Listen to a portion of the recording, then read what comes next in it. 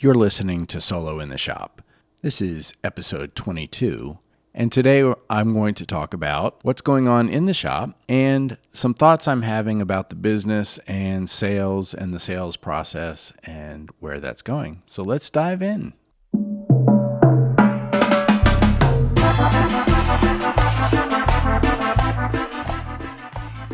Whether you are a hobbyist, weekend warrior, making commissions for friends and family, or already a full-time maker, if you are solo in your shop, this is the show for you. I'm Ronald Lowe's, the host of Solo in the Shop, a woodworking podcast discussing everything from current projects, tools and techniques, decisions around running a small business, and much more. So if you frequently find yourself alone and covered in sawdust, follow my journey and we can be solo in the shop together.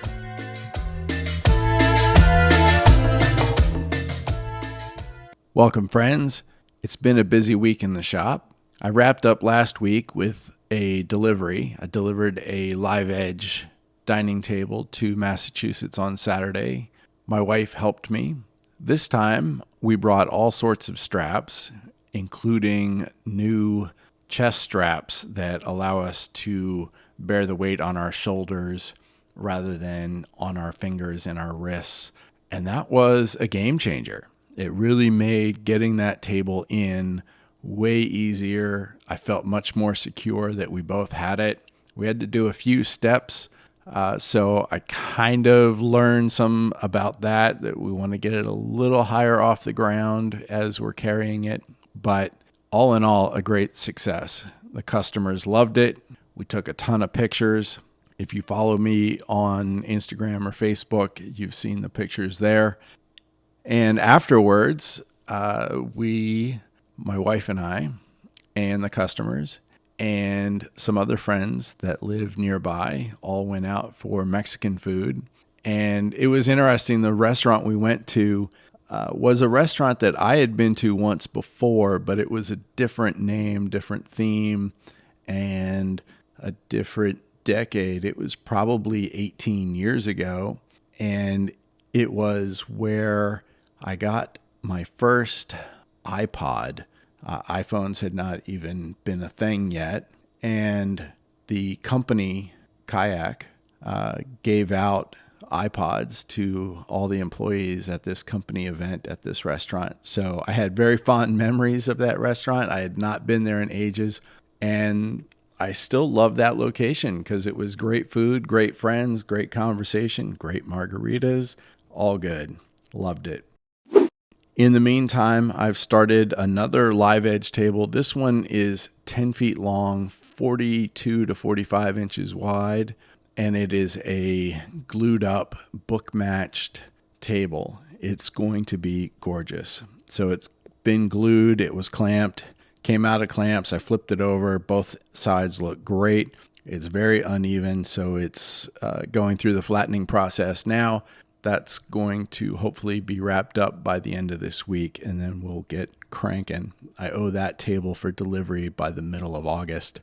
I should make that no problem.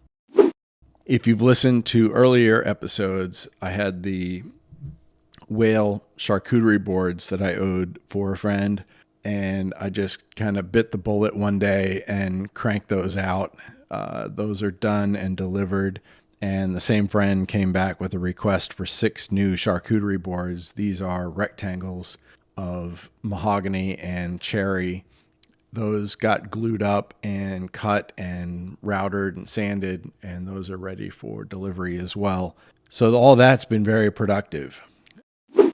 Today is a market day as I'm recording this, so I'm not getting a whole lot done in the shop today, just a bit of cleanup, and then I'm off to a farmer's market to kind of promote the business there. As far as the business goes, I did some more soul searching and talked with a friend about BNI, the Business Network International, and ultimately I think I'm going to decide against it. The reasoning is that I'm not sure it makes financial sense for me right now. It's going to be all in probably $1,700 a year. And I would be forced to attend a meeting one morning every week. You're only allowed to miss 2, evidently, and then you get the boot.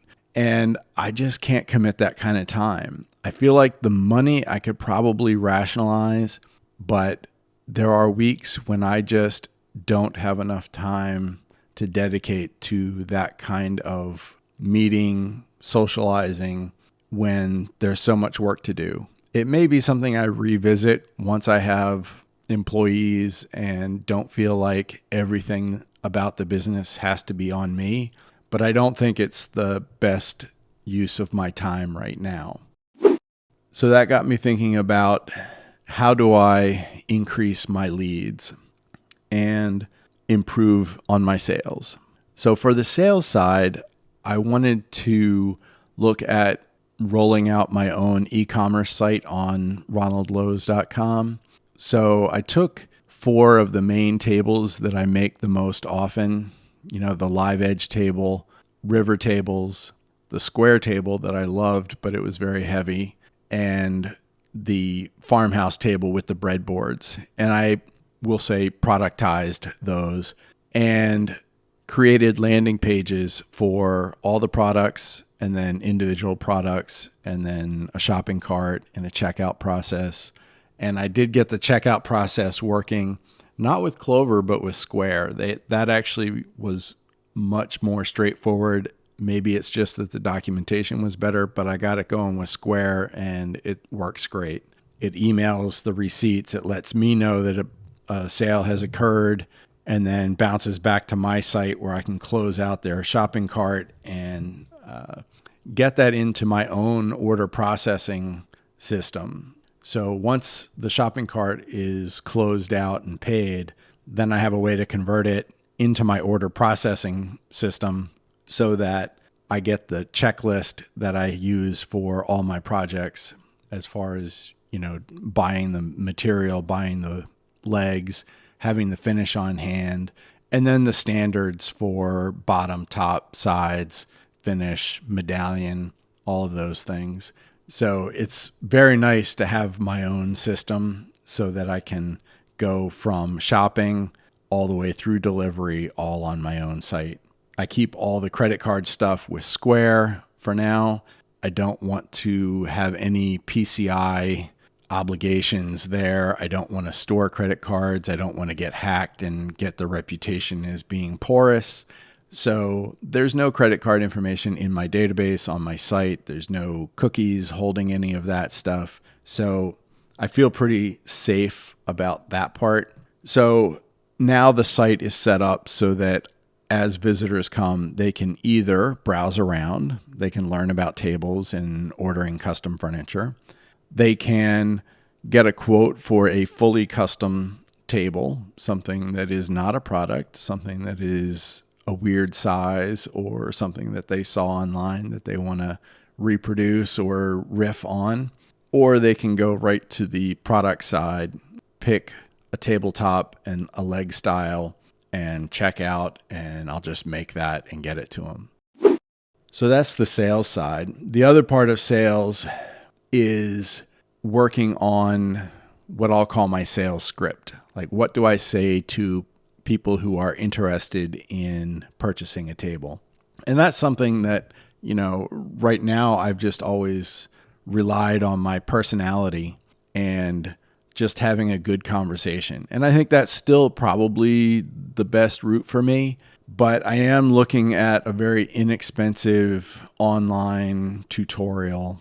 I think it's $97 with, I want to say it's Essential Sales Podcast are the people. They've been podcasting for 17 years talking about sales.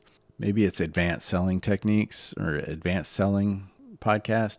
Anyway, it's something that I'm thinking about looking into, and I'll get back to you on whether I get any value from that. But I'm at the point where I've got a little bit of money in the bank, and I'm trying to decide the best use of that money as far as how to grow the business, increase sales, increase leads.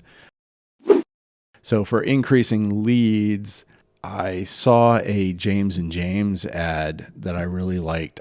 It appealed to me quite a bit. So I did an iteration with my own images, my own review text and logo, and created a series of meta ads for Facebook and for Instagram that is basically the same 10-second video, just shaped for the different delivery formats.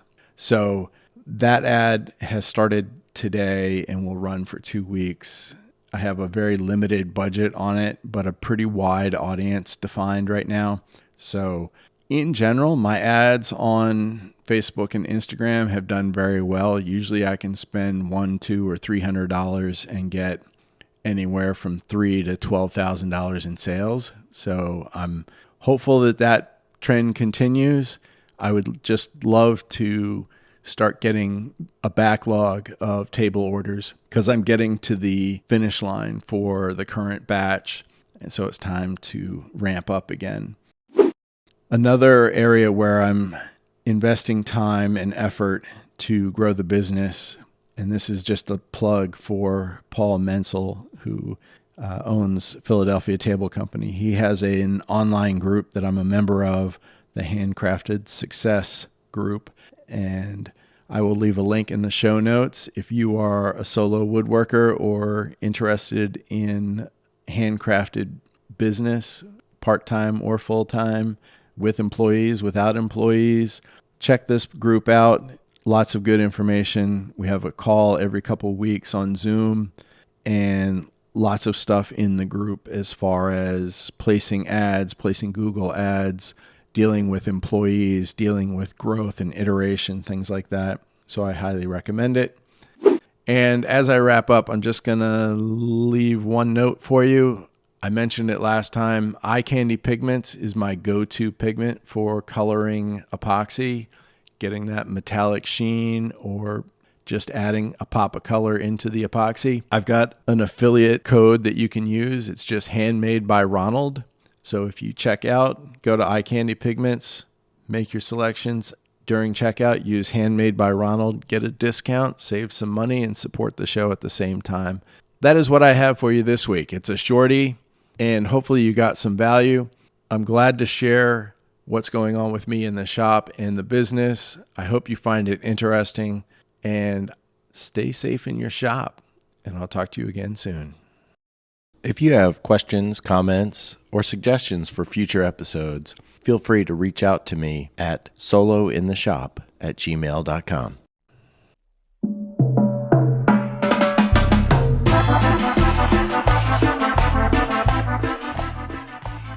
Thank you for listening to today's episode. If you got value from it and would like to help the show grow, I'd appreciate a review wherever you listen. Be sure to check the show notes for links to my socials or any extra stuff we discussed today.